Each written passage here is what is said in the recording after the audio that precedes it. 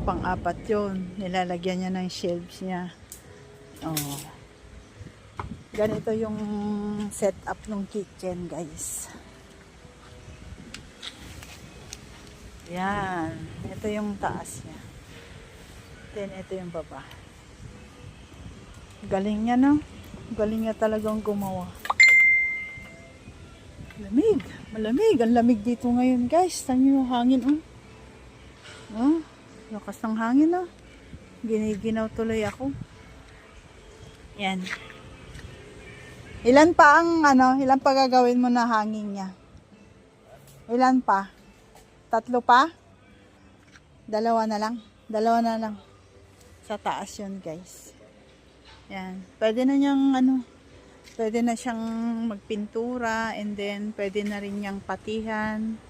Yan, pati, liha. Yan, marami pang proseso. Pero kayang-kaya niya yan, guys. Yan ang trabaho niya. Tingnan niyo lang, guys. Ganda, no? Solid na solid talaga.